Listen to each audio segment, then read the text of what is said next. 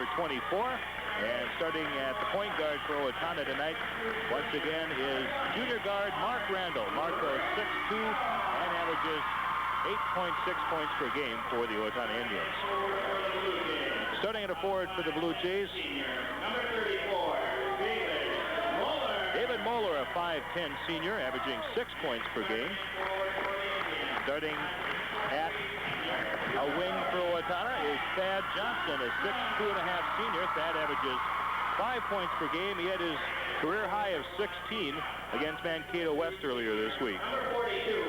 Starting also for Waseca, 6'2" senior Jeremy Krause. He averages 14 points per game, the leading scorer for the Waseca Blue Jays. Starting at a post for Owatonna, 6'8" senior Mike Broik, averaging 12 points per game. Starting for Waseca, Clark Christensen, a 6-foot senior, averaging 6 points per game. And also starting for Owatonna, Chad Colander, 6'9" senior, averaging 16 points per game for Owatonna. Chad with an opportunity to go over the 1,000-point career total this season if he averages about 17 points per game throughout the season. And now we're going to have the singing of our national anthem done by Missy Fisher, Chris Hart, Scott Hansen, and Steve Schroed.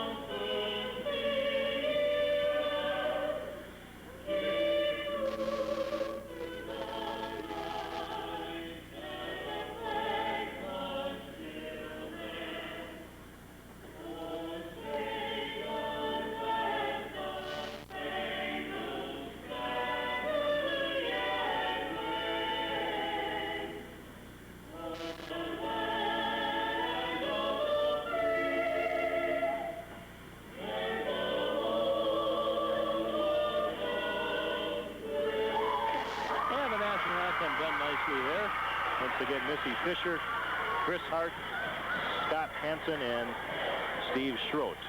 Our officials tonight are John Bannigan and John Yorkovich. And Brad, what are you expecting tonight as far as this matchup this evening? Well, I've seen Waseca play this year, and they like to shoot the three-point field goal. That's really about all they have. They just do not have any kids that give them an inside game. And if Waseca does not shoot well from the outside, Owatonna's going to just race away with this one. They just physically outmatch them underneath. Waseca's biggest starter goes 6'2". Their center is 6 foot. And that's just a mismatch underneath when you have talented players like Broik, Colander, and Johnson on there. Waseca will just bring the ball down. They will shoot a three-pointer before they won't hardly even set up an offense. They'll just let the ball fly. Owatonna controls the tip. Colander with a 7-inch advantage gets it to Mark Randall, and Owatonna sets up the offense. Just underway at Owatonna High School Gymnasium. Owatonna at 6-2 on the year. Waseca 4-6. Pass into Colander, gets it to Thad Johnson in the lane. Banks it in, takes the ball. Basket counts, and Thad Johnson picking up right where he left off on Tuesday night, getting a nice feed there from Chad Colander, banking it in for 2, and Thad going to line here for a chance to convert a three-point play.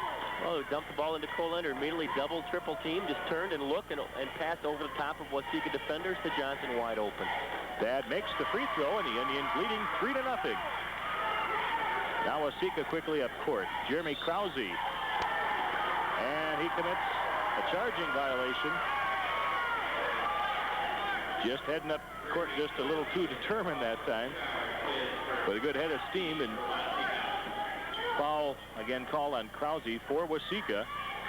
Turning the ball over to Owatonna. Colander gets it to Randall. 3-on-2. And he'll get called for a shuffle of the feet. Mark trying to put on the fake that time with a pass, and I think just a little short mental lapse there. Faked himself out a bit. Barry Dufall with the ball now for Waseca, guarded by Scott Armstrong. Gives it off now to Jeremy Moeller. And Krause in the perimeter. Back over to Moeller. And to Quinn Hammond now. Hammond averaging 11 points per game. Driving down low is Moeller, and kicks it back out front to Dufall. Off to Krause. He'll drive the lane. Blocked by Colander, out of bounds. Waseca basketball, but right away we see Chad Colander easily snuffing out that shot. Well, Waseca's having a hard time just getting a look at the basket. Three-point attempt good by Jeremy Krause to tie things up. He didn't have any luck inside against Colander, so he took it outside and hit one from three-point range, and we're tied up at 3 apiece. Owatonna once again getting up court quickly. Oh, there it is. Mike Boyk with a dunk, bringing that one home. Nice feed from Randall, and that's the first slam we've seen this season. And Boyk with a nice dunk for the Indians. And we've got a foul on the other end here, called on Scott Armstrong. And Waseca will get the ball, but you can certainly tell the reaction that the crowd is giving to that dunk by Broik. In fact, we've got some people giving high fives behind us. They love that. Shot way off the mark by Krause this time from three-point range. Back out front now to Dufall. Gives off to Moeller. Hands it off to Quinn Hammond. He'll drive the lane. Then tries to dump a pass. He gets called for a charge. That's the second charge called on the Blue Jays. They're determined to try to take it inside. And Waseca will continue to use the 2-2-1 zone pressure, and Owatonna is just shredded it both times. Colander gets it up to Broik, off to Randall. He'll drive it, dumps it to Thad Johnson, banks it up and in. Nice feed from Randall, penetrated, dropped it off to Thad. The Indians 3 of 3 shooting, leading 7-3. Dufall in the lane, pumps it over the left side. Ball knocked out of bounds. Owatonna basketball out the hands of Jeremy Krause. 7-3, the Indians on top, and Owatonna will get the ball in the backcourt. Boy, Owatonna loves this when Waseca presses them. They get easy 3-on-2 situations. And Indians have no trouble breaking the press so far from Waseca. Armstrong trapped. Gets a pass off to Colander. Right side to Broik now. Back out front to Armstrong as Owatonna sets up the offense. Thad Johnson on the left wing. Broik the high post. Colander roaming the baseline. Now they switch back up. Out front to Randall. Gets a screen from Colander, dumps it off to Thad Johnson. He'll take it and then drop it back outside to Scott Armstrong. To Thad Johnson on the left wing. 5:23 remaining first quarter. 7-3 Owatonna. Johnson to Randall. Drops it in. The pass intended for Broik, tipped away, and Waseca's Christensen comes up with it. Then he throws the ball away as Armstrong comes away with the pass there. And Owatonna a little out of control right now offensively. There's Randall on the baseline, way out front to Broik, and now the Indians will set up the offense once again. Colander down low in the corner. Cross court, Armstrong dumps it to Thad Johnson at the free throw line. There's a pass to Broik. His shot is good. Broik with 2 buckets, Thad Johnson with 2 buckets, and it's 9-3 Owatonna. And what Waseca tries to do as soon as Owatonna scores, they race that ball down court and try to beat Owatonna down the court. And so far, that hasn't been successful either. Now the Blue Jays with Krause. Drives the lane, lays it up and in. Krause got a good step that time. He's taken all of Waseca's shots tonight. The first 4 of the game for Waseca. And Owatonna leads at 9-5. Armstrong across midcourt. Colander got picked off that time. Nobody helped him out. And Krause went all alone for the layup. Shot is up and off the mark by Randall. Colander gets the rebound, and a foul will be called on Waseca. That shot by Randall was the first miss for the Indians today. Now 1 of 5 from the floor. And the Indians will put the ball in play on the baseline. Thad Johnson will toss it in for Owatonna. Foul is called on Quinn Hammond, his second. Armstrong out top, right side to Randall. Gets it into Broik. Puts it up and in. Broik red hot now, 3 of 3 from the floor, including the slam dunk. Shot from way outside is good by Clark Christensen for the Blue Jays for 3 points. 11-8. Waseca hanging tight with Owatonna right now. Oh, Broik is wide open. Nobody saw him. Colander gets it to Thad Johnson. Backs to the hoop. Misses the shot. Rebound pulled down by Waseca. 3.5 minutes left first quarter. 11-8. The Indians up by 3. Barry Dufald out top. He hasn't taken a shot yet for Waseca. That's somewhat uncharacteristic. Christensen puts it up an air ball for 3 points. Misses that one. And Owatonna with the easy rebound. Randall off to Armstrong, and now Thad Johnson in the front court. Armstrong in the corner. Back to Johnson, looking inside for Broik. Gets it to Randall. He'll drive it down to the baseline and drops it way out front to Chad Colander. Randall drives the baseline, puts the shot up, and misses the shot. But a foul will be called on Waseca. As before the shot, they'll call it on David Moeller. And it'll be a 1-and-1 as Owatonna already is in the bonus. And when you physically mismatch somebody, especially underneath like Owatonna does Waseca, you're going to pick up fouls. And Randall makes the free throw. It's the earliest I think we've seen Owatonna in the bonus this year, with 2:57 remaining in the first quarter. I think Owatonna might shoot a lot of free throws tonight. Randall makes both free throws, so it's a 13-8 Owatonna lead of 5. Barry Dufald brings it up. And gets the pass over to Moeller.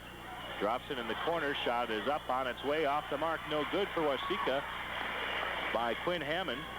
Rebound comes out for Owatonna. And the Indians looking to extend their 5-point lead. Armstrong over to Randall. He'll take it for 3. It's no good. Broik tips it up and in. Broik is putting on quite a show. Just went up over to Waseca. People trying to box out, just jumped right over him and laid it in. Broik with 8 points in the first quarter. Owatonna leading 15-8. Waseca working the ball the right side now. Krause guarded by Colander. Back out front now, and we're going to have a foul called inside on Waseca. And we'll go back to the other end. I think that's going to be called against Christensen. As Clark Christensen gets fouled for the shove, his second. One thing Owatonna could not afford to do in this game is to get into foul trouble like they did against Mankato West. So far, there's just been 1 foul called on the Indians, and the Blue Jays have committed 6 fouls so far. Well, the foul trouble really hurt Owatonna, not in the sense that Colander and Broik set out too much, but in the sense that they had to go into their zone defense, which they just not play. They don't play as well as their man-to-man. Broik makes the free throw. And Mankato West blitzed Owatonna with a lot of 3-point field goals, and Owatonna was forced to go into a 2-3 zone. We've got apparently quite a bit of moisture on the floor out there, as everybody seems to be trying to wipe it up with their shoes. And Broik's second free throw is also good. So Mike Broik having a great first quarter. It's 17-8. The Indians on top. Broik with 10 points. With 2 minutes to go yet in the first quarter. Shot blocked by Colander.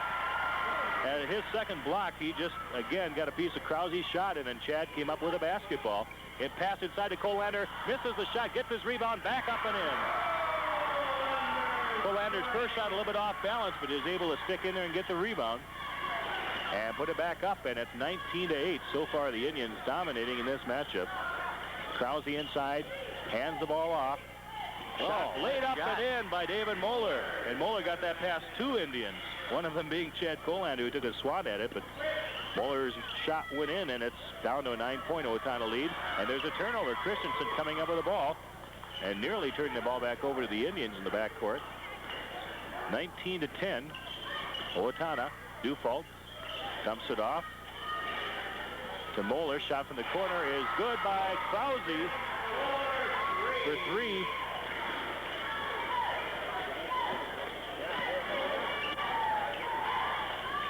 And now Owatonna with a 19-13 lead off to Thad Johnson. Dumps it in the corner to Armstrong. He'll take it from the corner, misses the shot, and the rebound pulled down by Waseca. Back the other way, Dufault drives the baseline, puts up his first shot of the night. It misses everything, and Colander gets the rebound. A break helped out that time on defense. Forced Dufault to take a bad shot. I don't know who scored that last Waseca basket, three-pointer. I'm not sure who it was. Pass inside to Colander, who puts it up over his head and into the basket. That was an awkward one. Pass came in from Randall, and Colander had it, but then he deflects the ball out of bounds. Matt Holland had a shot like that. Was that last year, kind of? Just kind of flicked it up over his head.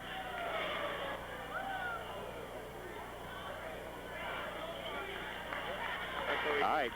Tyson says Christensen. I don't think that's right. I thought it was Krause, but he was in the area.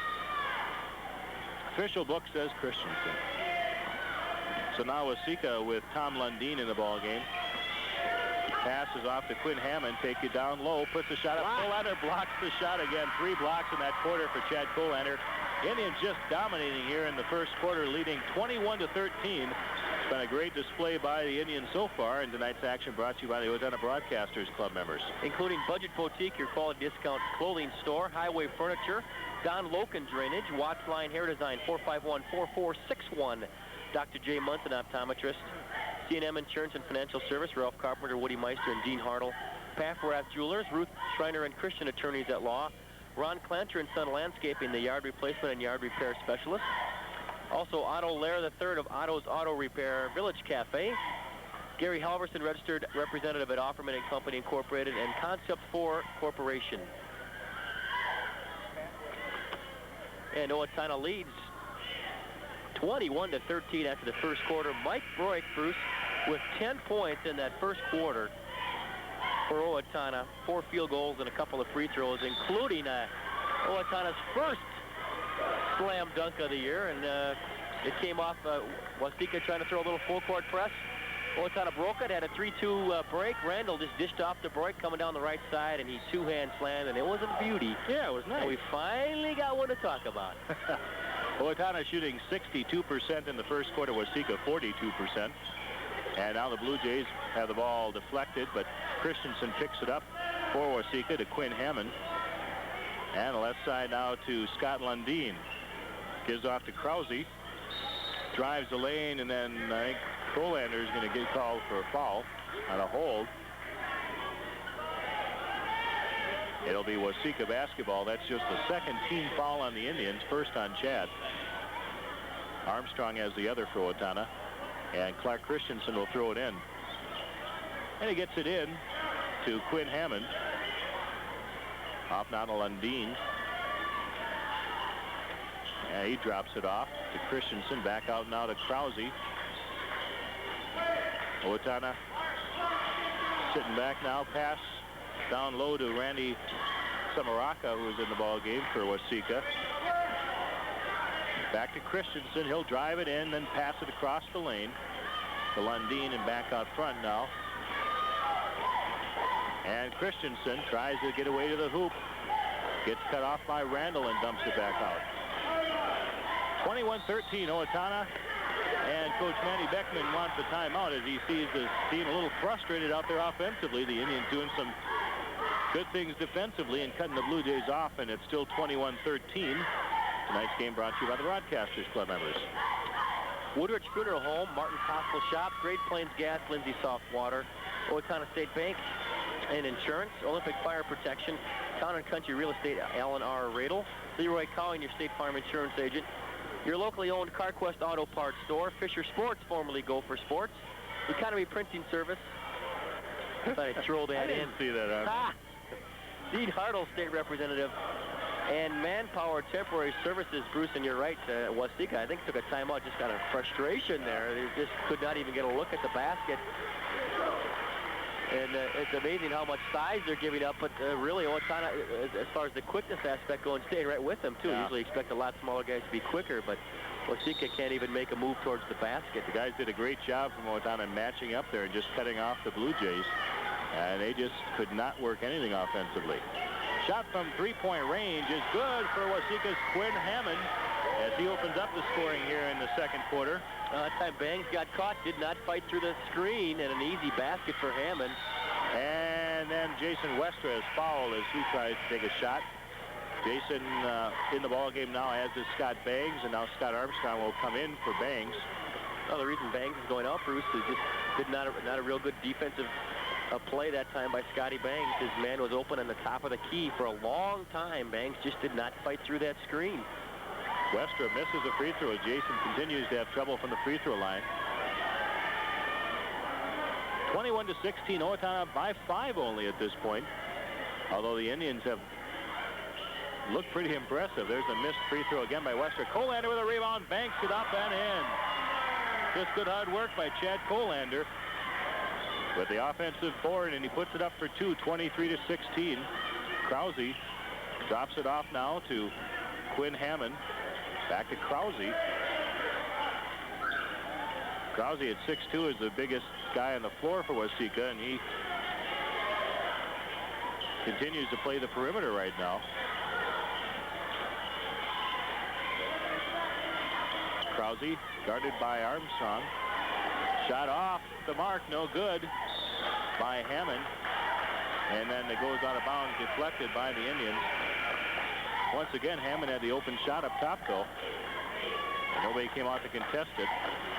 Jason Westra will check out now. Scott Bangs back in for Owatonna. There's a lineup I don't think we've seen all year. Bangs, Armstrong, and Randall all in the game at the same time.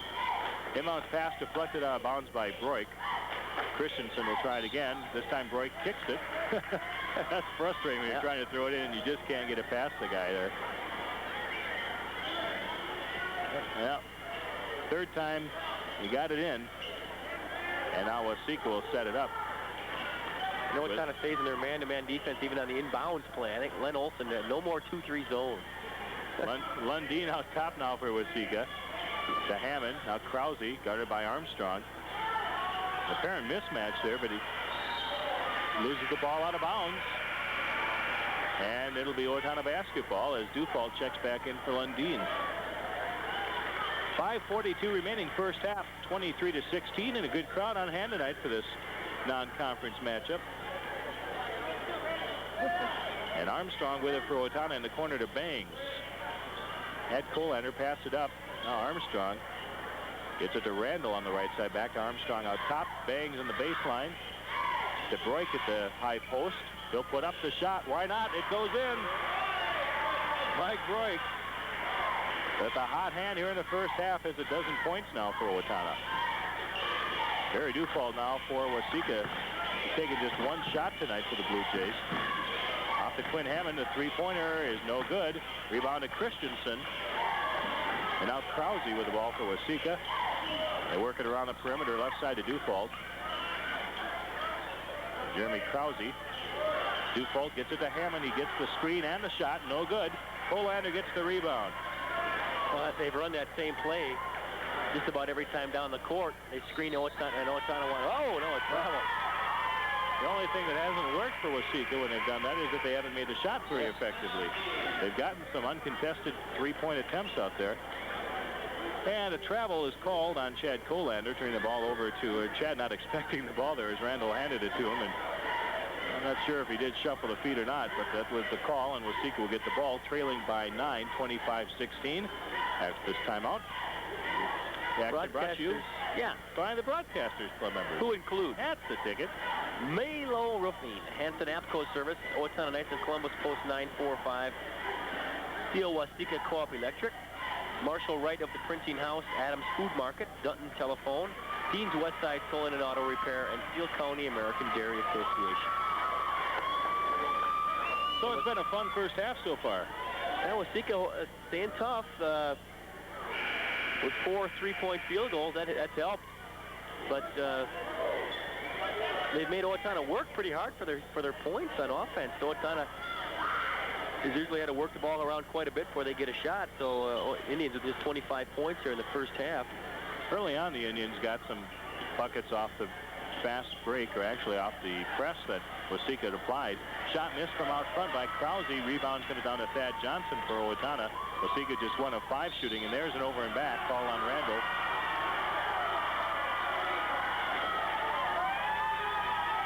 Indians just with some mental errors right now. And that, like Colander's travel, is a real close play, but Krause, guarded by Randall now, dumps it off to Dufault. And Quinn Hammond has the ball tipped into the backcourt by Thad Johnson. 25-16. Hammond gives off to Krause. Now Dufault gets the screen, but Bangs gets out there defensively. Yeah, exactly. That time Bangs fought through that. No shot from the top of the key. Thad Johnson being held up top. Samaraka gets it off now to Krause. Down low. Leaves the ball behind as he drives the baseline. He bounced that one off his foot, I think, when he was dribbling. Waseca looked to have a mismatch when they get Krause against some smaller guys, but Krause working the perimeter hasn't been able to take advantage of it. Thad Johnson in the front court for Owatonna with 3:50 left. Passes down to the baseline. Intended for Broik, goes over his head. Looks like Mike might have had a shot to get to that yet, but was not able to, and it goes out of bounds. Waseca basketball. A substitution for Waseca is Ben Muteking.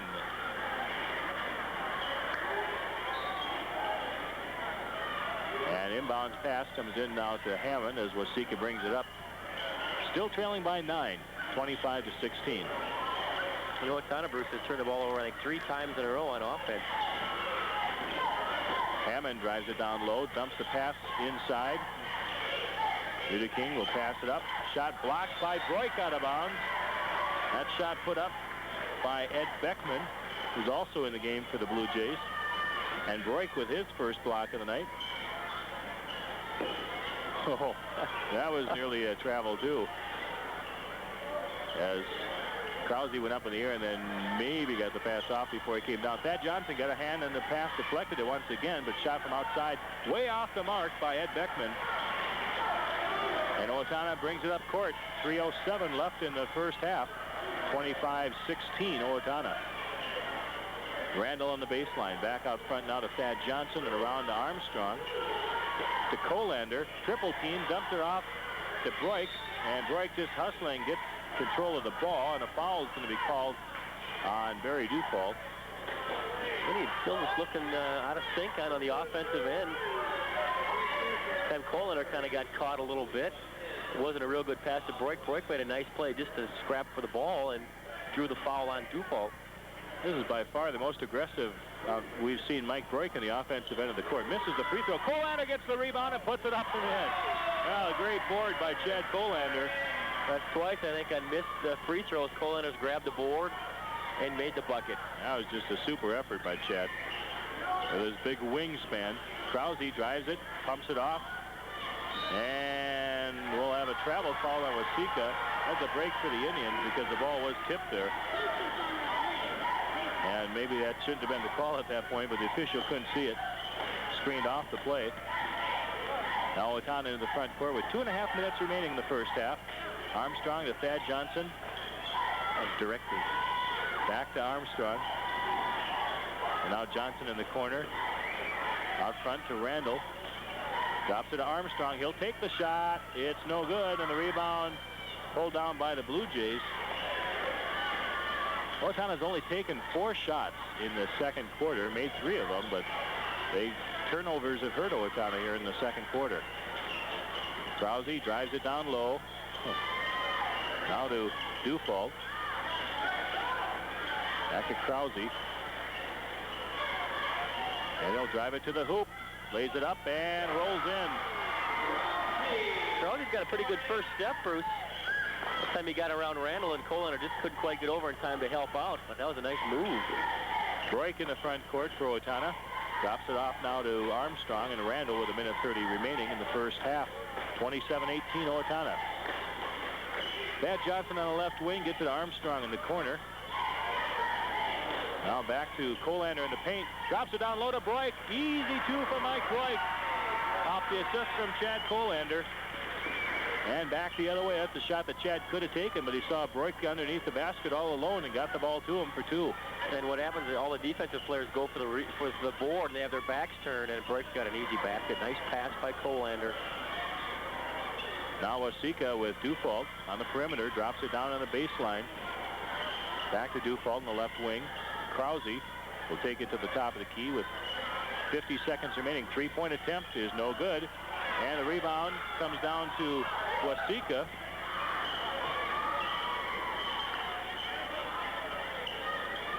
And Krause with 35 seconds remaining, taking his time out front. Gets the pass over to Quinn Hammond. Now Dufault. Passes up the shot. Now the Indians are getting out pretty well defensively and contesting the three-point attempts. With 15 seconds left, Waseca will go for one shot. I don't know, when you're trailing by 11, I don't know if that's always the best philosophy. There's a shot put up and in by Mudeking. And long shot at the buzzer is no good by the Indians. But Owatonna holds a 29-20 lead at the half. So the Blue Jays hanging tight with Owatonna. Owatonna scoring just 8 points in that second quarter after scoring a total of 21 in the first quarter. With a 9-point Owatonna lead, we'll be back with a halftime show in 2 minutes. You deserve both discount prices and full service. Clip Nelson's valuable coupons in the paper for a 4-roll package of Charmin toilet tissue and a 1.5-pound loaf of Nelson's white bread. Both free with coupon and $25 purchase. 50 cents off Captain Crunch. Bounty towels, 78 cents. Save $1 when you buy 2 packages of Betty Crocker Pop Secret popcorn, and Idahoan potatoes, only 55 cents. All good with coupon through January 15th. Only at Nelson's County Market, 1620 South Cedar, Owatonna. There are lots of oohs and ahs going on now at Papa John's Pizza. They're coming from the hundreds of people who have discovered mounds of tangy cheeses, savory toppings, and tasty vegetables gracing every piping hot Papa John's Pizza. Join the chorus of happy voices now and take advantage of the special offer. A large pizza for just $6.99 with a coupon, and get 1 to 11 additional toppings for just $1 more. Call Papa John's Pizza now, 455-2345, and place your order now, 455-2345. J.C. Press has moved into the electronic age of the 90s. In addition to traditional typesetting abilities, J.C. Press has become a service bureau for the electronic publishing generation. The heart of the offering is a CompuGraphic 9400 PostScript laser image setter, which produces sharp and precisely placed graphics. The CG 9400 assures full compatibility with all major publishing software packages available today. Call J.C. Press at 451-8960 or visit them at 134 East Vine Street, Owatonna. Most people choose to buy their new car at Keene Motors in Owatonna. Why? Well, Keene Motors has the area's best selection of clean, late-model used cars, trucks, and vans in many makes, models, and sizes. Each vehicle is thoroughly inspected and test-driven, ready for you to drive away. Look no further than Keene Motors for your next car, van, or truck. Keene Motors is now an authorized Featherlight trailer dealership. Keene Motors, next to McDonald's in Owatonna. But he really hasn't played all that much. Well, at the half, the Owatonna Indians have a 9-point lead at 29-20, and we're talking at halftime with B Squad coach Stan Meyer. And Dan, your B Squad came away with a convincing win over Waseca tonight, 49-32. You got a chance to get a lot of guys in the ball game, and that's kind of nice to do once in a while. Yeah, that was the kind of the goal we had in mind. We knew I had seen Waseca play before, and I knew that if we really played our game, we could probably end up doing that to them if we just didn't get stupid. And we did a really nice job tonight. The kids really showed up to play.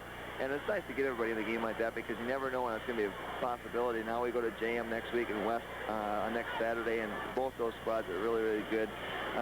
You know, you love to have an opportunity to get all those kids in, especially at home with all the parents around. Did you feel that tonight's game ended up being just kind of a mismatch, that your squad was that much better than Waseca's B squad? Yeah, well, I think some of our talent definitely just outclassed theirs. You know, they just had some good athletes, but it looked like they maybe were 3- and 4-sport people that have just not concentrated as much as on basketball as some of our kids have. We've probably looked to me like we've put a lot more time on the court than they have, but they've got some good athletes. Who were your leaders tonight then? Well, I'd say points here, Joey Hall showed up for the third game here really to be our leader. He scored 19 tonight. Really looked to take charge early just like I wanted him to, and that's exactly what he did. We had Tom Wenzel, even though he got a little foul trouble early, he picked up 13 points, and the rest of the points were all 6, 4, 2, and quite a few guys in there since we did get a chance to play everybody. I think we had 8 or 9 guys out of the 12 scores. So. tell you, kid that showed up to play for us didn't show up in his box scores at all. It was Chris Erkey. He played just an outstanding game for us, and he didn't score a single point. If I had to give him MVP, I'd probably give it to him. He had 4 rebounds in the first quarter, ended up with about 7 or 8 for the game, and he's one of the smallest kids on the court at all times. He's just a heady ball player. He really played a solid game for us. All right, we'll take a break, and we'll return with more Dan Meyer after this. And now, KFC Sports Wrap with your host, Tom Schramm. Okay, $1 million running backs, a $10 million relief pitcher. Are these deals worth the price? Chuck from Pittsburgh, you're on the air. Maybe yes, maybe no, Tom. But at least the new $1.99 deals from Kentucky Fried Chicken are worth the price. $1.99 deals? Yeah, for just $1.99, you get 6 Kentucky Nuggets and fries, or the Colonel's Chicken Sandwich and fries. Hey, that is a deal, and you don't even need an agent to get it. This offer good through January 28th at Kentucky Fried Chicken on 18th Street South of the Fairgrounds in Owatonna. Open 7 days a week from 11 a.m. to 9 p.m. When what you play is important, see Fisher Sports for what you need to succeed. Now at Fisher Sports, all Vikings tees, sweatshirts, caps, accessories, and posters are 30% off. While you're there, check out our great selection of Timberwolves and Gopher accessories, including tank tops, t-shirts, caps, and more. Save 30% on all Vikings merchandise now at Fisher Sports, the choice of champions in Owatonna's Oakdale edition.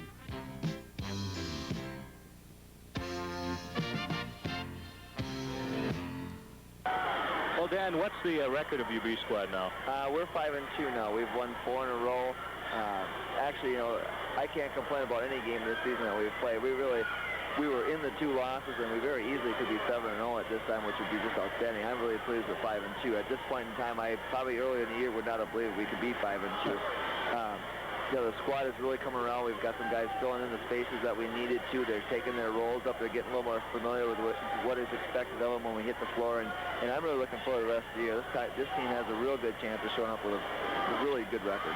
You've got Rochester John Marshall coming up on Tuesday at JM. Right, and that'll be a good test for us. All week long, I was kind of convincing the kids that if we could get out of the game with West with a win and then come in and really play well here like we wanted to do, that we'd have the momentum going in at JM, and I think that's the case.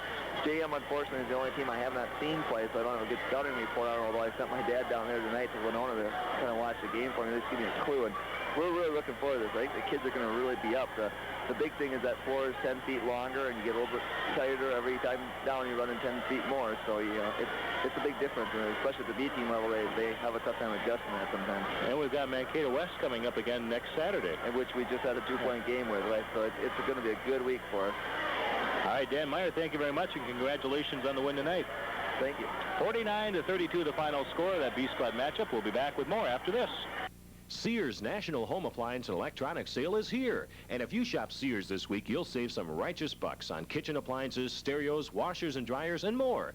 Now at Sears, the Kenmore 24-inch built-in dishwasher featuring water heat option, which dissolves grease and soil, water miser cycle, 3-level wash system, and more. Regularly $366, now just $299. Save $67. The National Home Appliance and Electronics Sale ends January 13th. So hurry to Sears in downtown Owatonna.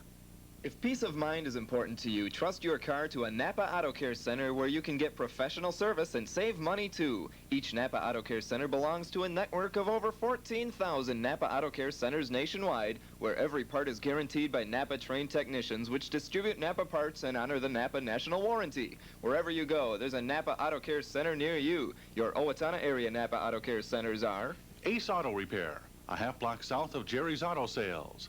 Dean's Westside Towing and Auto Repair, I-35 and Highway 14. And Otto's Auto Repair, just north of the Owatonna Elevator. Erickson Freedom in Owatonna is your home for great service and refinery fresh gasoline.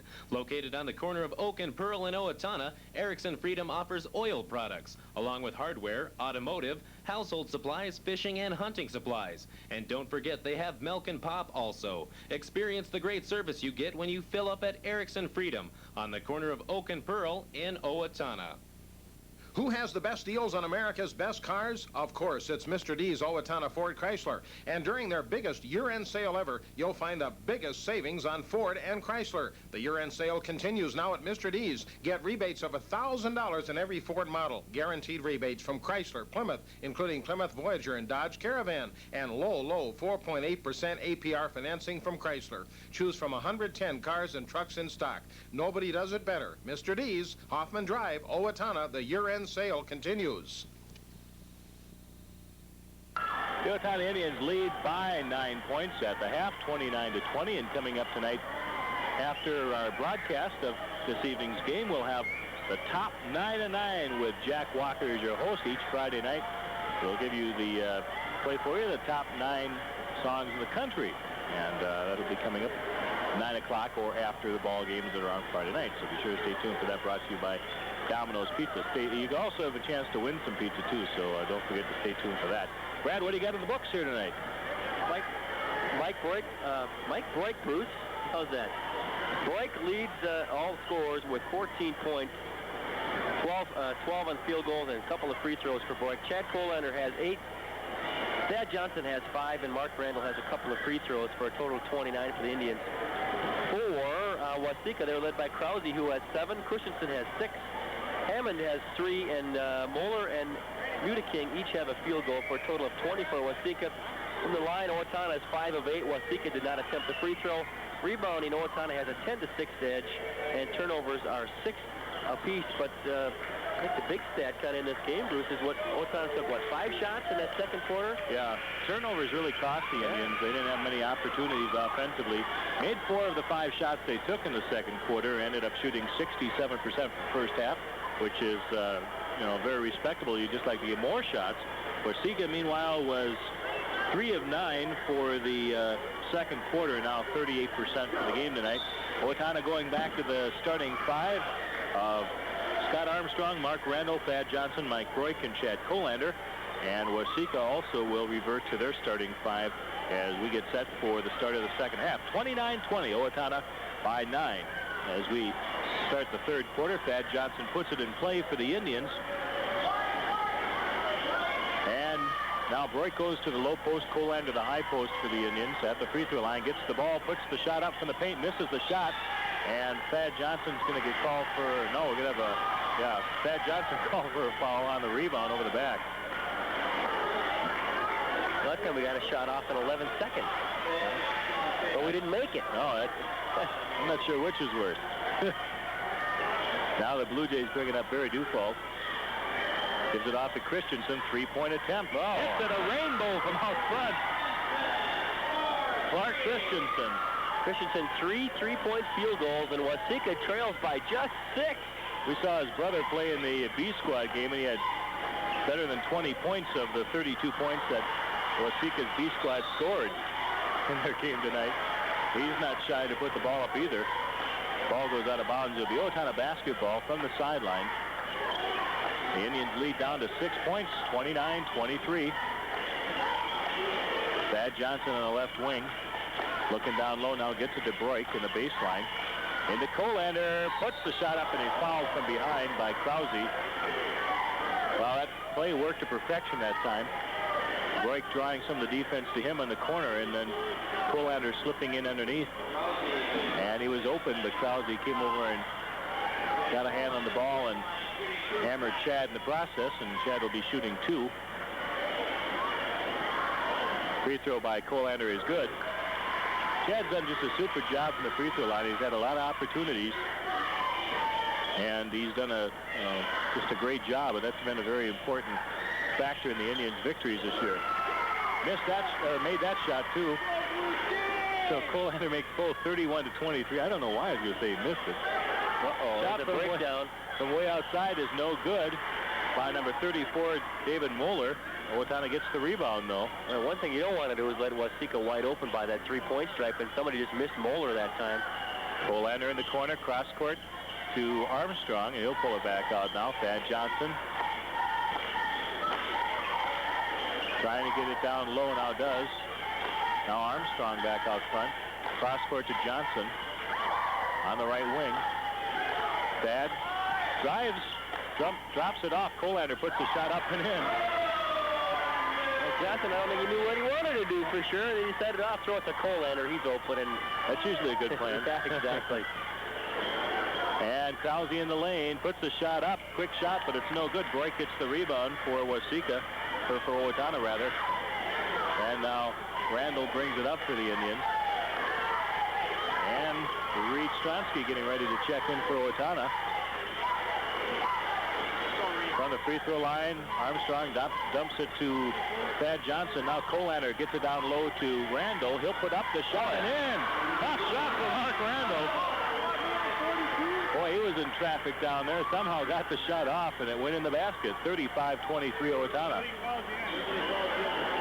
So the Indians by a dozen now. And Quinn Hammond with the ball for Waseca. Off the Barry Dufault. Now Moeller, David Moeller. To Hammond. He thought about the three-pointer. Now gets it to Clark Christensen, and he gets it back, and the ball stripped away by Armstrong. 2-on-2 break. Armstrong lays it up and off, but a foul is going to be called against the Blue Jays. So Scott Armstrong gets a hand in there to deflect the pass, steal the ball away, and then ends up going to the free throw line for the Indians. Reed Stronsky comes in for Chad Colander for the Indians. And Scott Lundeen checks in for Barry Dufault for Waseca. With 5:17 left in the third quarter. 2 shots for Armstrong. Makes the first. What was Armstrong shooting for the line coming in? 91%, I think, coming in. Hadn't had the number of opportunities that Colander's had from the line, but he's done a super job. Makes both of those without any trouble at all, and it's 37-23. And we'll have a blocking foul called on Armstrong.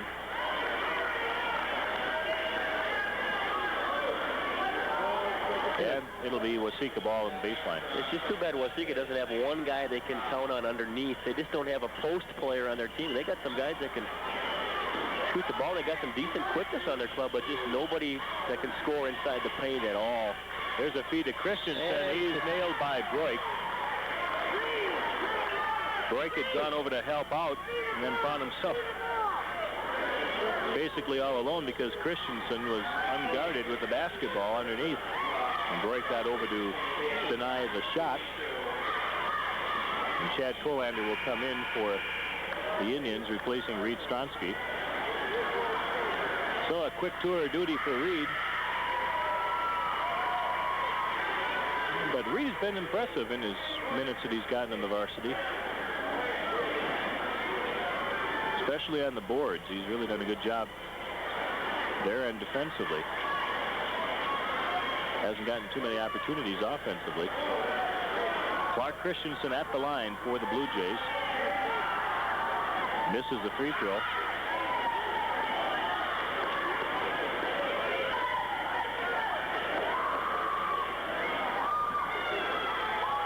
Second shot from Christensen is no good. He's a 75% free throw shooter, but missed both of those.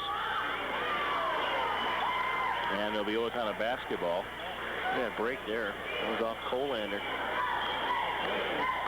The Indians trying to break the press. Get off to Chad. He'll take it in the front court to Johnson. To Randall. Misses the shot. Broik with a rebound, and he's hammered by Krause. That was a great play. Randall just not able to get the shot in.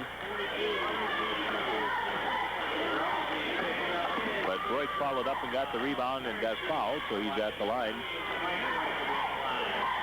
And he'll be shooting 2. Free throw is good.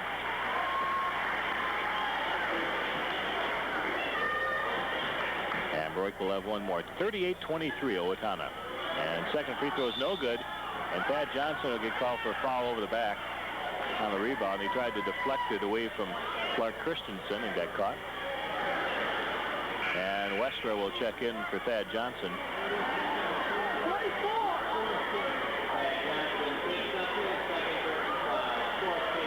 So Waseca putting the ball in play in the backcourt with 4:50 remaining third quarter. 38-23 Owatonna. And Lundeen drives it down low. Again. I think Armstrong reaching in. Armstrong actually fouled him well before that, and let that one go. Well, that was a quick step on Armstrong. That was probably on Broik more than Armstrong. So Justice triumphant, Armstrong got the foul. Well, he checks out. Thad Johnson back in. So the Indians with our tall lineup now. Yeah, Westra, Broik, Colander, Johnson, and Randall. And the missed free throw by Lundeen. He's only a 32%, no, excuse me, a 63% free throw shooter, 32% from the floor. Misses both of his free throws. Now Owatonna on the break. Ball deflected by Waseca. Moeller got a hand on it. Now the Blue Jays will set up the offense. Moeller in the corner. He gave the forearm shiver to Broik there. Shot from outside is no good by Krause. And Owatonna will bring it across and slow it down now. Leading 38-23 with 4:18 left. Third quarter. B squad won tonight, 49-32. Randall to Broik at the free throw line. Puts it up from 16. It's good. Laying that one from the line. What is Broik from the floor? How many shots did he miss? He's only missed one tonight. That's a pretty good clip. And it wasn't his slam attempt. He made that one nice and clean. Shot blocked by Colander as he snuffed out Krause that time. 4 blocks for Colander. Ball goes out of bounds. Waseca basketball. And Owatonna will send Corey Urke into the game, replacing Mark Randall.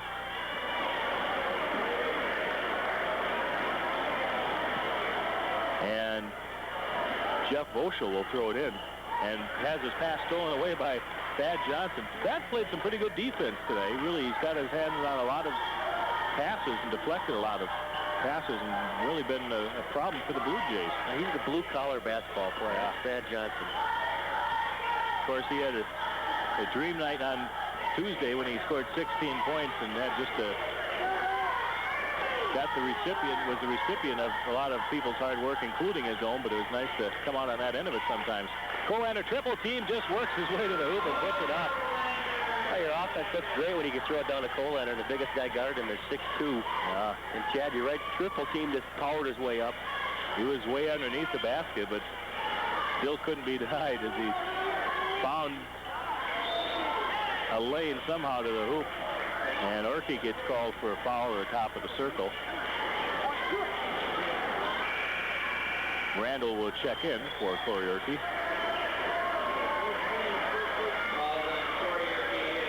(42-23), the Indians by 19. It was a 9-point game at the half, 29-20. Indians have pulled away with Blue Jays with just now 4 points here in the third quarter. 3 of those coming on a three-pointer to start the third quarter by Christensen, and then finally the free throw. And that one is missed now. Westwood with a good rebound. He gets called for a travel. So Waseca averaging about 65, 66 points a game, I think, coming in. Yeah. 65 points. They scored 80-some the other night against St. Peter. They got 24 here in the third quarter. They average defensively giving up 66. So it's very close to their offensive average. And ball out of bounds off Voschel's hand. Yeah, well, when they creamed St. Peter last week, or was that earlier this week? Tuesday, yeah. That helped out the average there, too. St. Peter really having a down year. Once again, John Connor, who reports from St. Peter, says they don't worry too much about basketball in St. Peter. In fact, St. Peter's 0-3 in the conference. Pass down to Colander, banks it up and in, and Coach Len Olson on his feet for that one. I think Olson could have dunked that. He liked the way the offense moved the ball around that time. Penetration by Randall, dump off the Cole. There's another block by Chad. He got a hand on the shot by Hammond. Owatonna comes up with a basketball. Randall gets called for a walk. And Len Olson says he was being molested. He said the ball was tipped. Well, anyway, Waseca will get it. 44-24. Owatonna up by 20. With 2:10 left in the third quarter. Krause. A blocking foul on Mike Broik. Broik is kind of the guy this year that all the ones that could go either way, they always go against him. Every time. That's only 2 on Broik, so he's doing pretty good tonight. Usually he's got 3 or 4 by this time. Mike really has come on the last few games for Owatonna. He had 14 points against New Ulm, 15 against Winona, 15 against Mankato West, He's got what tonight? Still a dozen or 17. 7? No, a little behind. 17 points tonight. Free throw is missed by Krause. Geez whiz. Waseca just cannot make the free throws. And this one is good. 2 of 8. Substitution. 25% to receive. 1 for 4. Yeah. 25%. You're pretty good at that. I need the little electronic thing here. Not that I didn't listen in math, mind you. Just forgot it all. Here's Randall. Gets it to break. Oh, that time allowed to handle. That's ours. And it'll be Owatonna basketball. Yeah. Blake was looking at another slam. I think so. He was looking. He just got to chump the pass a little bit. Thad Johnson will throw it in for Owatonna. Lob pass into Colander, tried to tip it up. There's a foul. And then he gets fouled by Christensen.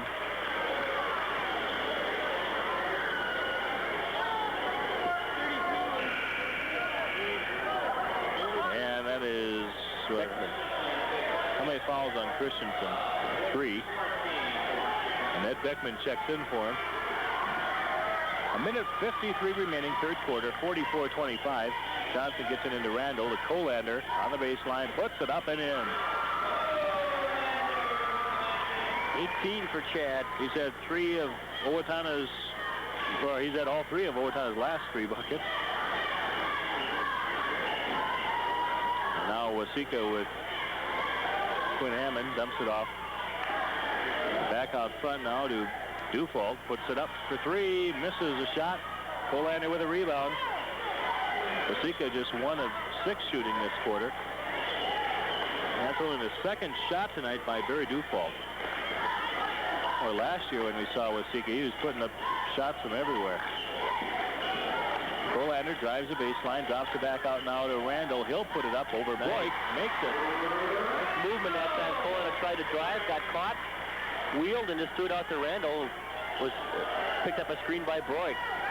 Shot is missed by Samaraka. Owatonna gets the rebound. 50 seconds left in the third quarter. 48-25. Westra eyes the three-point shot, gets it into Broik. Puts it up and in. Mike Broik, the Indians have hit their last 6 shots. Oh, and you get those little one-footers. That's pretty good for your percentage. And you're so close to the basket to begin with height-wise. 30 seconds left now. 50-25. Way outside. Shot is no good by Beckman. Westra with a rebound. 20 seconds left. Westra gets it over to Thad Johnson now. He'll take it over the wing. 10 seconds left. Broik in the corner. Gets it to Westra. 5 seconds left. He'll take the shot. Misses it. And the rebound to Waseca. Dufault shot at the buzzer is off the mark. But the Indians leading by 25, doubling the Blue Jays now 50-25. Owatonna scoring 21 points that quarter as they did in the first quarter. Waseca just 5 points in that third quarter. Tonight's action brought to you by the Broadcasters Club members. Owatonna Area Chamber of Commerce, making dreams happen. Jones Intercable, Caldwell Banker, Clinthammer Real Estate, Rogers Interiors, Airmac Heating and Air Conditioning, Dr. Beth of Schoen and Gilfed Optometric Clinic, Perkins Family Restaurant, Sherwin-Williams Paint, Jerry's Owatonna Auto Sales, Steve's Meat Market of Elledale, the Gillespie Beauty Shop, JC Press, JC Office Products, and JC Contract Furniture, ERA Gillespie Real Estate, Jerry Grayson, your State Farm Insurance Agent, M&M Printing, Mike Jensen, Crosstown Cartage Company, Kurt Summer, Trish Grossbeck of Owatonna Physical Therapy, Haberman's in Owatonna, North Star Travel, and Sorensen's Appliance and TV in Geneva. Waseca puts the ball in play. The Blue Jays shooting just 29% now after being just 1 of 10 in that third quarter. The Indians shooting 69%. Christensen travels on the baseline.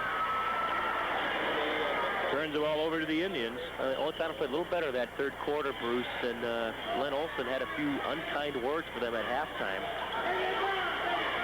Maybe not unkind, just instructive. Yeah. Ball goes out of bounds with Waseca basketball. Owatonna with Scott Bangs, Mark Randall, Thad Johnson, Mike Broik, and Chad Colander in the lineup. And for Waseca, Barry Dufault. Gives it off to Jeremy Krause. Now Quinn Hammond. Shot from outside, no good. Ball left behind, and Christensen's there to put it up and in. Got hit Broik in the face on the way down. It really came off hard, and Broik just wasn't quite ready for it. He just couldn't hang on to it. Uh-oh, here we go. Kolander lays it up and in. Kolander streaking down the lane, got the feet and laid it up a little bit too fast to put it in for a dunk, but he did get the bucket, 52-27. Dufault puts it up for three. It's good. His first bucket of the night. 52-30. Kolander will be fouled by Barry Dufault.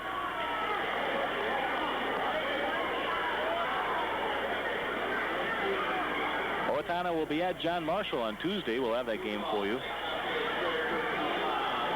It'd be so weird to be on the road. But we better get used to it because it's going to be basically the rest of the season. Indians having a host of games to open up the season at home. In fact, just a couple more home games left. Who was John Marshall playing tonight? Winona? I have your little schedule, which I got for you there, Bruce.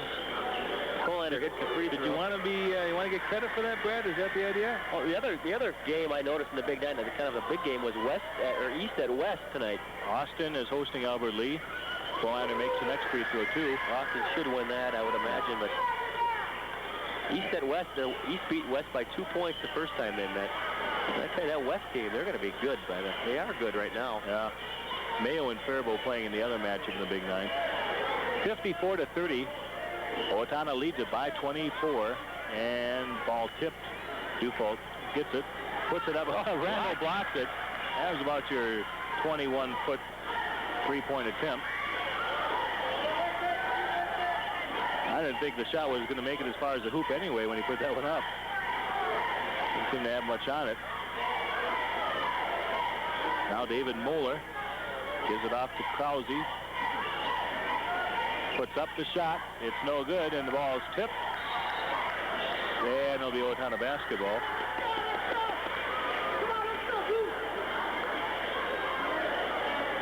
Waseca continues to press 2-2-1. And it really hasn't worked much all night. Kolander gets it in the front court now to Thad Johnson. Double team, drops it out to Kolander. And now Randall. And Thad Johnson on the right wing. Into Chad. In the paint, puts it up, misses a shot. Thad Johnson followed up with a tip, but missed that too, and Waseca gets the rebound. Now Krause off to Dufault. 54-30. 5:35 left.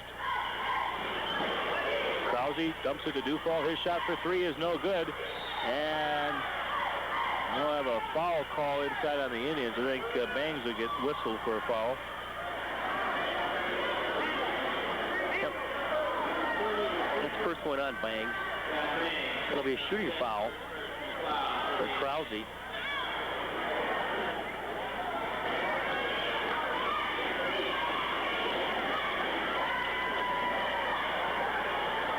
Misses the free throw. Waseca just horrendous from the line.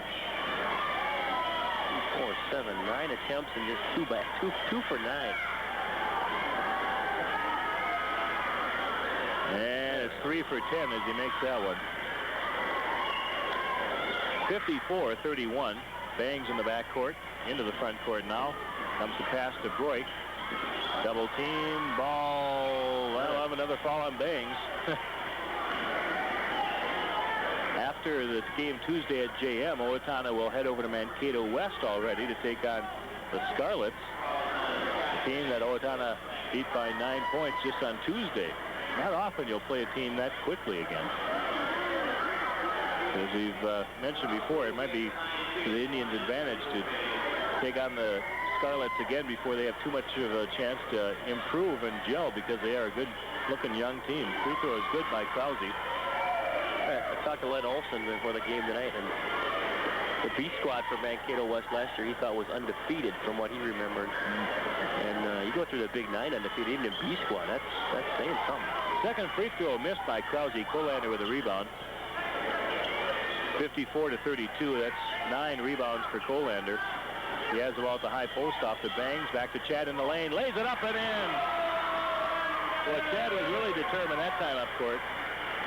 He wanted the hoop. Now 5 minutes remaining, 56-32. Christensen for Waseca. Down to Dufault. On the left side, drives it down, then pulls it back out. Off to David Moeller. And now Jeremy Krause. Finds Christensen in the paint. Shot is no good. Thad Johnson gets the rebound for Owatonna. I'm not sure that ball may have been deflected a little bit. But it's 56-32 and the Indians bringing it up. Bangs on the outside. Gets it to Broik. Mike on the baseline. Now along the Bangs on the left side. It's a pass down low. Broik is fouled as he goes up for the shot. Nice feed by Bangs. Went up as if to take the jumper. Then as he was going up, it dished off. Broik underneath. He drew the foul. And Reed Stronsky waiting to come in for Mike Broik. 4 on Krause.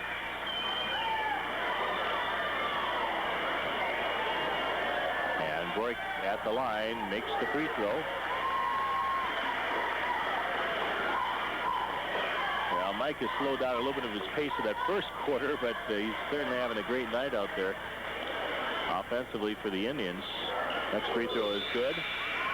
And now Stronsky will come in for Broik, who has how many points down? 21 has him for tonight. 14 in the first half.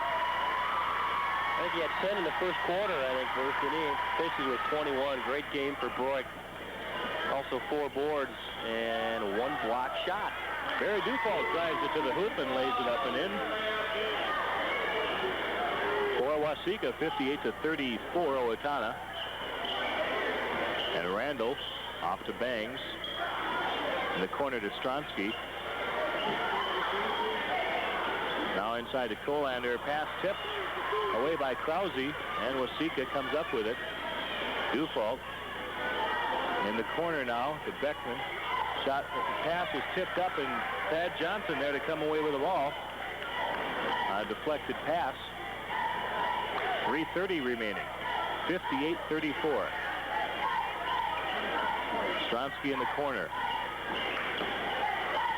Gets it to Randall. Into Thad Johnson in the lane. Puts it up and in. Nice work by Thad. Well, he worked to get open that time, Bruce. He had a couple Waseca guys on him, and he might have been in the key about 6 or 7 seconds, but they let that go. Three-pointer by Krause at the other end of the court. 4-3. That's what you call posting up, what Johnson did that last time. And Thad now gets it to Randall. Nice. Puts it up there. No good. Gets his own rebound. And then tries to get the shot up. A foul will be called on Dufault.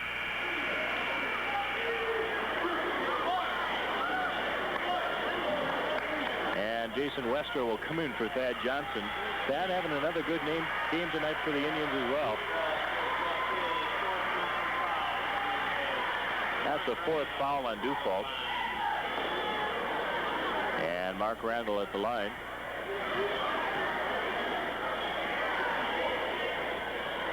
Got to push the shot and missed it. Lundeen will check in for Waseca, replacing David Moeller. And Kyle Paulson comes in for Chad Colander. Eric Anderson comes in for Waseca, replacing Krause. With just under 3 minutes left. And Mark Randall at the line. Makes that free throw. So it's 61-37 Owatonna. Blue Jays with Anderson. Pass inside, shot off the mark. And ball comes out. Owatonna with Randall. Ed Beckman took the shot for Waseca, by the way. Bangs gets it to Randall. Now Westra will put it up from 17 off the mark. And Kyle Paulson gets the rebound, dumps it back out to Randall. He'll put up the shot, and it's no good. Now back the other way for the Blue Jays. 3-point attempt from outside is no good. And Bangs gets the rebound. Beckman missing the shot for Waseca. The next board by Bangs. And he'll put it up for 3. Boom. Makes it. say he was on the line, so just get 2, but nothing but net for Scott Bangs. Well, that's a shot everybody in the whole town is hoping Scott Bangs can hit this year. And he buried that one. Minute 53 left. And pass inside, bucket for Waseca to follow the Stronsky for laying on the ground there. That was, I don't know. Oh, well. Who made it? Mudaking. Right, Ben Mudaking with a bucket. And Waseca wants timeout. Minute 47 left, 63-39. And Broadcasters Club members include Sweet Towing and Repair, Riverside TV and Appliance, McDonald's, Oakdale Motel and Efficiency Apartments, Tunnel Lock Service, Walt Barfnick, Mark Bridmore of Caldwell Banker, Twin Camera Real Estate, Pizza Hut, Norwest Bank, Adams Hudson Optical, Jack Ellis Body Shop, Headlines Hairstyling, Houston Culligan, Philip Rebs Portable DJ Service, Doug Voss of Fame and Flame Trophies, Federated Insurance Reps, Bill Thompson, Don Elwood. And I can't say why owns their personal service assistant anymore because she's not. Michael's Trucking Incorporated, Fogle TV Service, the Kitchen Family Restaurant, and Wyoming Sarm, their personal service assistant. Art Central Bakery, Truth Incorporated, Nelson's Gas, Total Look Hair Salon, Court Sports and more, Mosier Construction, Express Employment Services, we might make it here, Rich's Automotive. So, Owatonna Equipment Incorporated, your Massey Ferguson and Ford New Holland dealer. Well, we've got some substitutions for Owatonna. One more substitution. Free throw is missed, rather, by Mudaking, and Jeff Hansen is in the game for Owatonna. And Bangs gets called for travel. 63-39. The Indians will come away with victory number 7 on the year. Three-point attempt from outside is no good by Quinn Hammond. Rebound. Rolls out of bounds. Now Corey Holtz, the 6'4 senior, comes in for Waseca.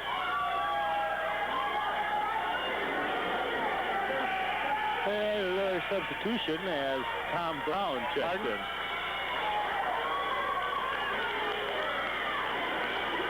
Stronsky in the lineup along with Hansen and Bangs, Paulson, and also Pat McDermott for Owatonna. Brown followed by Bangs. Third foul on, or is it fourth on Bangs? Third foul on Scott Bangs. Tom Brown at the line for Waseca. He'll be shooting 2 with a minute 20 left. Free throw no good. Boy, it just, Waseca has just had a terrible night at the line. This one rattles and drops in. Bangs looking for someone to come take the pass. Gets some help from Kyle Paulson. And Kyle now gets it into the front court to McDermott. And gives it off to Bangs. Says he doesn't want it out there. Scott Bangs. Left side to Hansen. Jeff Hansen drops it down low. And Reed Stronsky misses the shot, gets the rebound, puts it back up, no good. McDermott, too hard off the glass. Stronsky up and in. If at first you don't succeed, keep going at it. Stronsky. Now we'll have a couple more substitutions. Brett Larson comes in, as does Dan Malachowski. Bangs checks out, and Kyle Paulson will come out. Foul called on Reed Stronsky for Owatonna. 47 seconds left. Mudaking misses the free throw. Rebound to McDermott. And now Hansen brings it up for Owatonna. And well, gets the ball back, and that's stripped away. Waseca with Eric Anderson, and McDermott comes away with a basketball. Getting a little raggy. Yeah. Brett Larson brings it up. Off to Stronsky, 21 seconds left. Down low. Ball through Malachowski out of bounds. It'll be Waseca basketball. And the Blue Jays with Brown in midcourt. Driving down low on Larson. Gets the baseline. Pass and shot hits the underside of the rim by Holt. Stronsky comes away with a rebound. 8 seconds left. by Larson with 4 seconds left. They're shooting. Off to Stronsky, three-pointer. Oh! Just hit the rim, but didn't go for Reese Stronsky at the buzzer. 65-40, the Indians win it over the Waseca Blue Jays tonight. We'll be back with a postgame after this. There are lots of places around where you can buy a plain old t-shirt, but only Court Sports and More in Owatonna can help you customize your items with in-house screen printing. Just bring in your ideas and the Court Sports crew will create custom screen printed items you'll be proud of. And Court Sports can screen print on t-shirts, jackets, caps, nylon bags, sweatshirts, almost any item. And the minimum order is 1, so it's great for big businesses, small businesses, or just for fun. Custom in-house screen printing only at Court Sports and More, downtown Owatonna. When you're feeling kinda hungry for the taste of Mexico, no need to spend a lot of money. There's a place that you should go. Taco John's. Try Taco John's Super Nachos. Fresh tortilla chips covered with nacho cheese, beef and beans, lettuce, tomato, olives, grated cheese, and sour cream. Taco John's next to the Cedar Mall, Owatonna. Taco John's. 'Cause once we get you, then we got you. Your flavor's what you're looking for. Taco John's. Once we get you, then we got you. Got you coming back for more. Taco John's. Do you take your vision for granted? Vision is your most precious sense. Just as you would not try to play this basketball game without the use of your sight, you should not take it for granted for anything else either. If it has been more than 2 or 3 years since you've had your eyes checked, then I want you to write yourself a note right now to set up an appointment. Then give me, Dr. J. Munson, a call at 451-5300, and we'll make sure you're seeing your best. That's 451-5300. Have you gotten married in the last 5 years? Bought a home? Are you earning more money? If your life has changed, so have your needs for life insurance. So see your auto owner's insurance agent.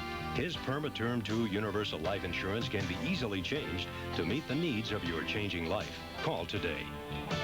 In Owatonna, your auto owner's representatives are Tincher Peterson and Sincock Insurance. Auto owners, the no-problem people. Well, a couple of big wins tonight for the Owatonna basketball teams. The B squad winning 49-32 over Waseca. The varsity squad coming away with the 65-40 victory tonight over the Blue Jays. And Brad Fisher, I guess, kind of as we expected coming in. It was about that type of ball game where Owatonna just had too much for Waseca. The Blue Jays just couldn't match up with the Indians. Yeah, as a coach, you'd much rather have a 1-foot shot than a 20-foot jump shot, which is kind of what the story was tonight. Owatonna just could work the ball inside and just dominated. Cole Leonard finished with 24, Broik had 21, and there's just nobody from Waseca that could stop the two. And when your starting center goes about 6'2", and your opposition goes 6'9", 6'8" in the front, it's awful hard. And as talented as the Owatonna big guys are, it's just asking too much for Waseca to stop us. And the only way Waseca could stay close in the game is if they got hot from the outside, hit some three-pointers. And they did for a while, but it's when you play a defense, a man-to-man defense like Owatonna does, a tough, scrappy defense like that, Waseca just couldn't get open for shots, and they did not shoot very well tonight either, as your shooting percentage, I think, will bear out here. It's just a matter of too much talent underneath, and that was a story tonight. Owatonna did not really play that well, I don't think, in the first half. And they only led by 9 going down to the locker room, and they got chewed out a little bit, from what I understand, and they came out and outscored Waseca 21-5 in the third quarter and won this one going away 65-40. Shooting stats for Owatonna. Reaching a mid-number 30s by Monday, but there is a chance of rain or snow beginning on Monday as a low pressure moves out of the southwest towards Minnesota. The travel and recreation weather forecast for the state of Minnesota. Tonight, clear to partly cloudy, lows from 12 below in the north to 8 above in the south. Saturday, partly cloudy, highs from 15 in the northeast to the upper 20s in the southwest. For Saturday night, becoming mostly cloudy in the north, partly cloudy in the south, lows from 5 below in the north to 15 above in the south. And on Sunday, mostly cloudy, a slight chance of snow in the northwest, highs from 15 in the north to near 30 in the south. For the state of Wisconsin, tonight, clear with diminishing winds, lows around 0 in the north to 15 in the south. Saturday, mostly sunny, highs in the 20s to low 30s. Saturday night, increasing cloudiness, lows from 10 to 20. Sunday, mostly cloudy, highs in the upper 20s north to the upper 30s in the south. And for the state of Iowa, clear tonight, lows from 10 to 20. Sunny and warmer on Saturday, highs in the 30s to middle 40s. Fair Saturday night with lows in the low 20s to low 30s. Partly sunny and warmer Sunday, highs in the upper 30s northeast to the low 50s in the southwest. The forecast for southeastern and south central Minnesota. For tonight, mostly clear and cold, lows from 0 to 8 above. A northwest wind 10 to 20 miles an hour, becoming southerly 5 to 10. On Saturday, partly cloudy, high in the mid to upper 20s. South to southeast wind 10 to 20 miles an hour. Saturday night, partly cloudy, lows from 10 to 15. Sunday, mostly cloudy, high in the mid-20s to around 30. The extended forecast for the period Monday through Wednesday, there's a chance of rain or snow Monday and snow on Tuesday, clearing on Wednesday. High temperatures in the upper 30s Monday and in the upper 20s Tuesday and Wednesday. Lows from around 20 Monday, cooling to around 10 above on Wednesday. Normal high for that period is 19, normal low is 1. Again for tonight, mostly clear and cold, lows from 0 to 8 above. At 8 p.m. with clear skies, the temperature of the Rochester Airport was 14 degrees, dew point 8, relative humidity 77%. Winds from northwest 10 miles an hour, barometer steady reads 30.28, and wind chill index is -4. Around the region at 8 p.m. in Minnesota, the skies are clear. The temperature in the Twin Cities 14, International Falls 1, Duluth 7, and St. Cloud 10. In Wisconsin, clear at Milwaukee 22 and Madison 19. In Iowa, Waterloo clear 17, Des Moines clear in 22, Fargo, North Dakota clear at 12, Sioux Falls, South Dakota clear in 13. Again here at Rochester at 8 p.m. with clear skies, the temperature was 14 degrees.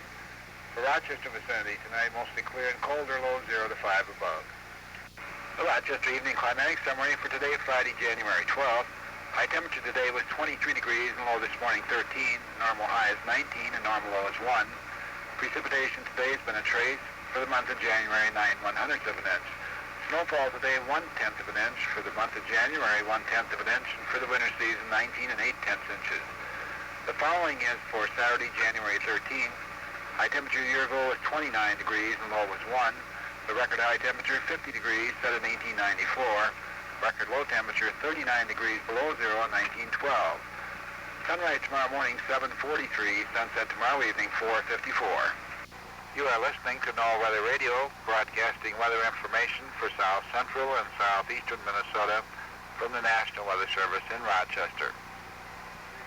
Skies cleared Friday afternoon over most of Minnesota. High temperatures on Friday range from around 0 in the northern part of the state to around 20 here in the southern part of Minnesota. A high-pressure area now centered over the eastern Dakotas will be moving across Minnesota tonight. This will give mostly clear skies to much of the state. Temperatures will be cold, dropping to around 0 to 5 above here in the southern part of Minnesota. But as the high pressure moves off to the east, winds will become southerly and a slow warm-up will begin on Saturday, which is see high temperatures rise into the upper 20s on Saturday into around 30 or into the low 30s on Sunday. This warming trend will continue into Monday with high temperatures reaching the mid and upper 30s by Monday, but there is a chance of rain or snow beginning on Monday as a low pressure moves out of the southwest towards Minnesota. The travel and recreation weather forecast for the state of Minnesota. Tonight, clear to partly cloudy, lows from 12 below in the north to 8 above in the south. Saturday, partly cloudy, highs from 15 in the northeast to the upper 20s in the southwest. For Saturday night, becoming mostly cloudy in the north, partly cloudy in the south, lows from 5 below in the north to 15 above in the south. And on Sunday, mostly cloudy, a slight chance of snow in the northwest. Highs from 15 in the north to near 30 in the south. For the state of Wisconsin, tonight clear with diminishing winds, lows around 0 in the north to 15 in the south. Saturday mostly sunny, highs in the 20s to low 30s. Saturday night increasing cloudiness, lows from 10 to 20. Sunday mostly cloudy, highs in the upper 20s north to the upper 30s in the south. And for the state of Iowa, clear tonight, lows from 10 to 20. Sunny and warmer on Saturday, highs in the 30s to middle 40s. Fair Saturday night with lows in the low 20s to low 30s. Partly sunny and warmer Sunday, highs in the upper 30s northeast to the low 50s in the southwest. The forecast for southeastern and south central Minnesota.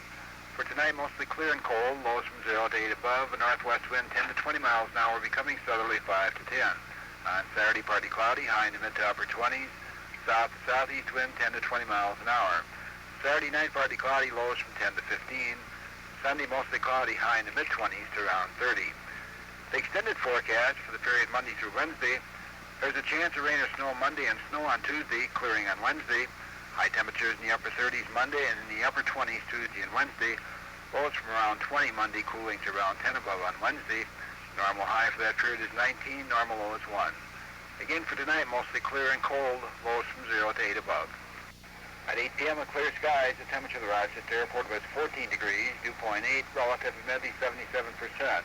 Winds from northwest 10 miles an hour, barometer steady reads 30.28, and wind chill index is -4.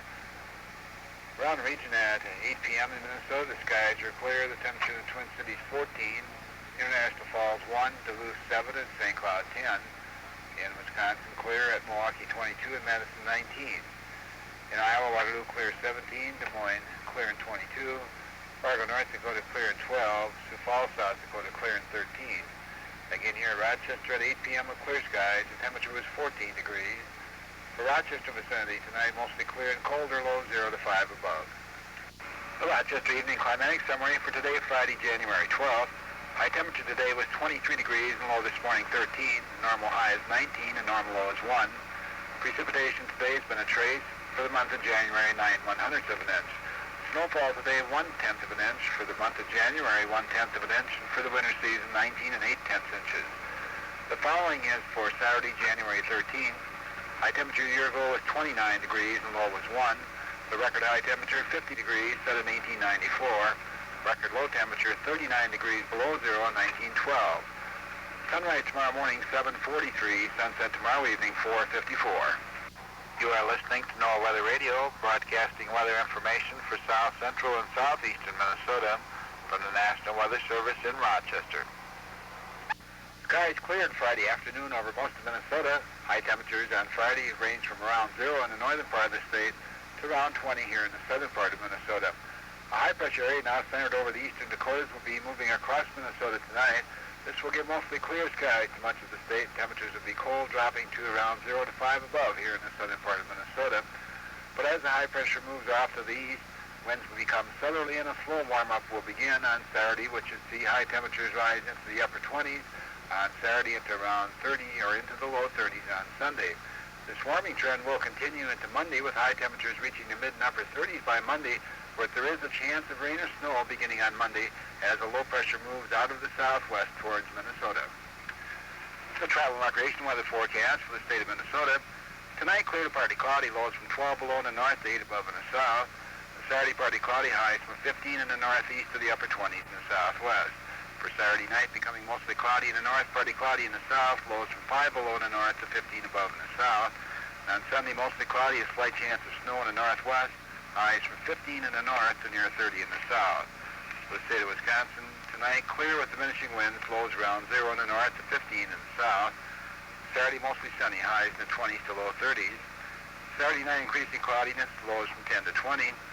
Sunday mostly cloudy, highs in the upper 20s north to the upper 30s in the south. And for the state of Iowa, clear tonight, lows from 10 to 20. Sunny and warmer on Saturday, highs in the 30s to middle 40s. Fair Saturday night with lows in the low 20s to low 30s. Partly sunny and warmer Sunday, highs in the upper 30s northeast to the low 50s in the southwest. The forecast for southeastern and south central Minnesota. For tonight, mostly clear and cold, lows from 0 to 8 above. A northwest wind 10 to 20 miles an hour, becoming southerly 5 to 10. On Saturday, partly cloudy, high in the mid to upper 20s. South to southeast wind 10 to 20 miles an hour.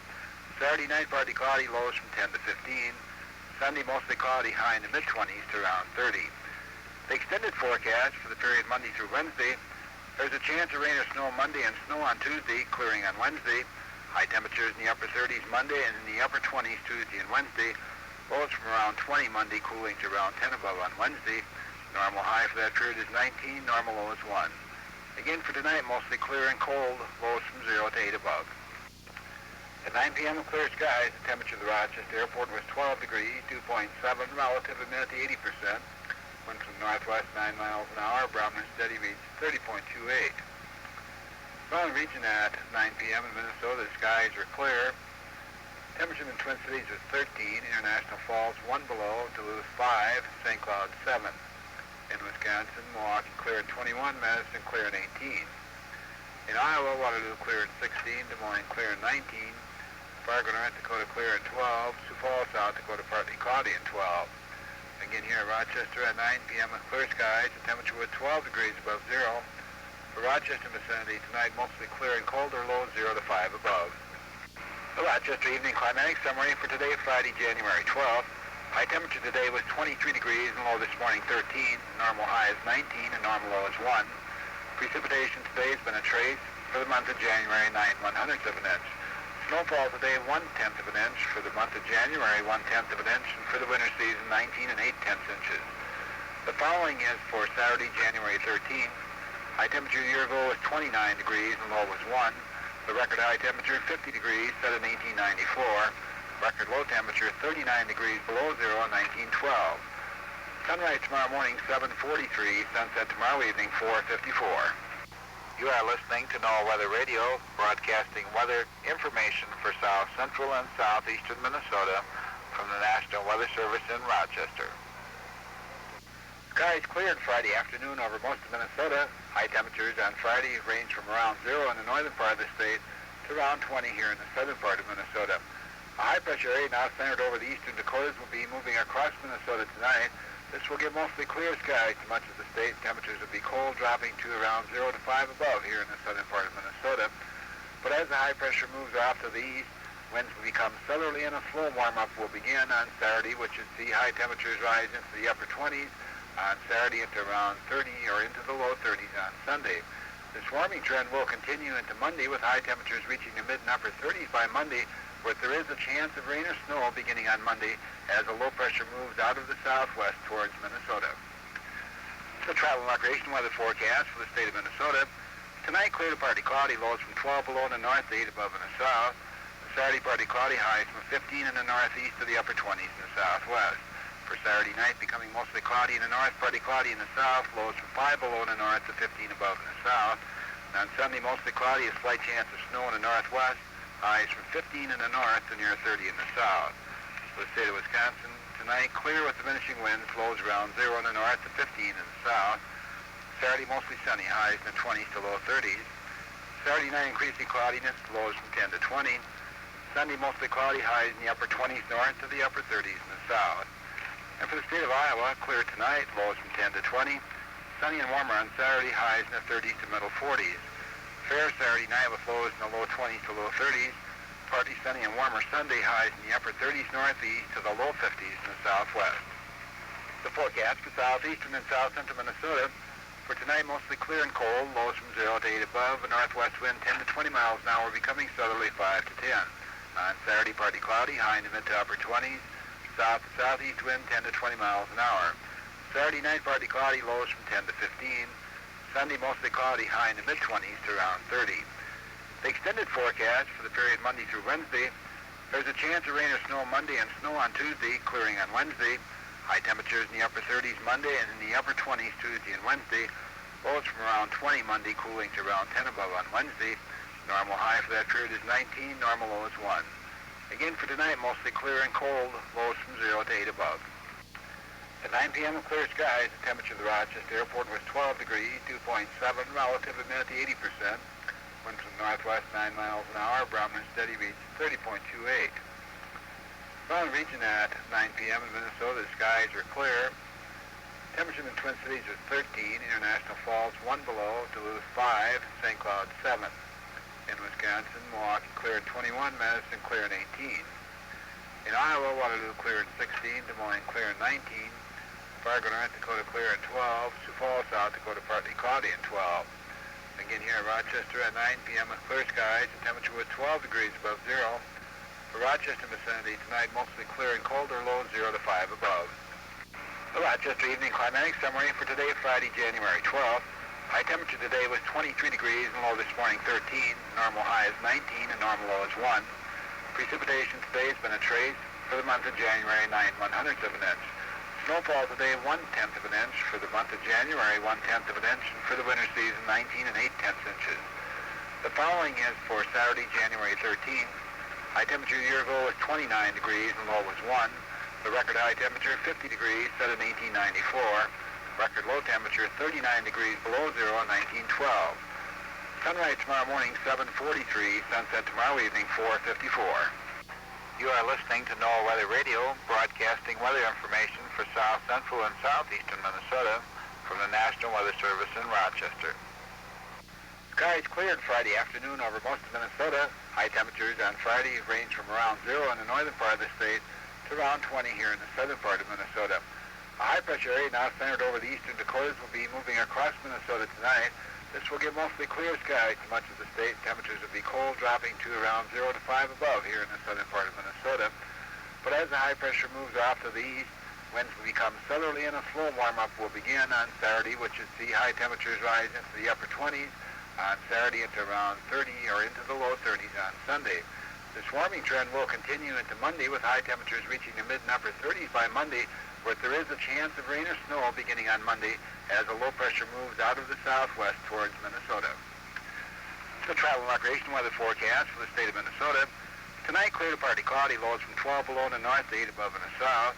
Saturday, partly cloudy, highs from 15 in the northeast to the upper 20s in the southwest. For Saturday night, becoming mostly cloudy in the north, partly cloudy in the south, lows from 5 below in the north to 15 above in the south. And on Sunday, mostly cloudy, a slight chance of snow in the northwest, highs from 15 in the north to near 30 in the south. For the state of Wisconsin, tonight, clear with diminishing winds, lows around 0 in the north to 15 in the south. Saturday, mostly sunny, highs in the 20s to low 30s. Saturday night, increasing cloudiness, lows from 10 to 20. Sunday, mostly cloudy, highs in the upper 20s north to the upper 30s in the south. And for the state of Iowa, clear tonight, lows from 10 to 20. Sunny and warmer on Saturday, highs in the 30s to middle 40s. Fair Saturday night with lows in the low 20s to low 30s. Partly sunny and warmer Sunday, highs in the upper 30s northeast to the low 50s in the southwest. The forecast for southeastern and south central Minnesota. For tonight, mostly clear and cold, lows from 0 to 8 above, a northwest wind 10 to 20 miles an hour, becoming southerly 5 to 10. On Saturday, partly cloudy, high in the mid to upper 20s, south to southeast wind 10 to 20 miles an hour. Saturday night, partly cloudy, lows from 10 to 15. Sunday, mostly cloudy, high in the mid-20s to around 30. The extended forecast for the period Monday through Wednesday, there's a chance of rain or snow Monday and snow on Tuesday, clearing on Wednesday. High temperatures in the upper 30s Monday and in the upper 20s Tuesday and Wednesday. Lows from around 20 Monday, cooling to around 10 above on Wednesday. Normal high for that period is 19, normal low is 1. Again for tonight, mostly clear and cold, lows from 0 to 8 above. At 9 p.m. clear skies, the temperature of the Rochester Airport was 12 degrees, 2.7, relative humidity 80%. Wind from northwest 9 miles an hour, Browner steady reached 30.28. Following region at 9 p.m. in Minnesota, the skies were clear. Temperature in the Twin Cities was 13, International Falls 1 below, Duluth 5, St. Cloud 7. In Wisconsin, Milwaukee clear at 21, Madison clear at 18. In Iowa, Waterloo clear at 16, Des Moines clear at 19, Fargo, North Dakota clear at 12, Sioux Falls, South Dakota partly cloudy at 12. Again here at Rochester at 9 p.m. with clear skies, the temperature was 12 degrees above zero. For Rochester vicinity tonight, mostly clear and colder, lows 0 to 5 above. The Rochester evening climatic summary for today, Friday, January 12th. High temperature today was 23 degrees and low this morning 13. Normal high is 19 and normal low is 1. Precipitation today has been a trace for the month of January, 9/100ths of an inch. Snowfall today, 1/10 of an inch. For the month of January, 1/10 of an inch. And for the winter season, 19 and 8/10 inches. The following is for Saturday, January 13th. High temperature a year ago was 29 degrees and low was 1. The record high temperature 50 degrees set in 1894. Record low temperature 39.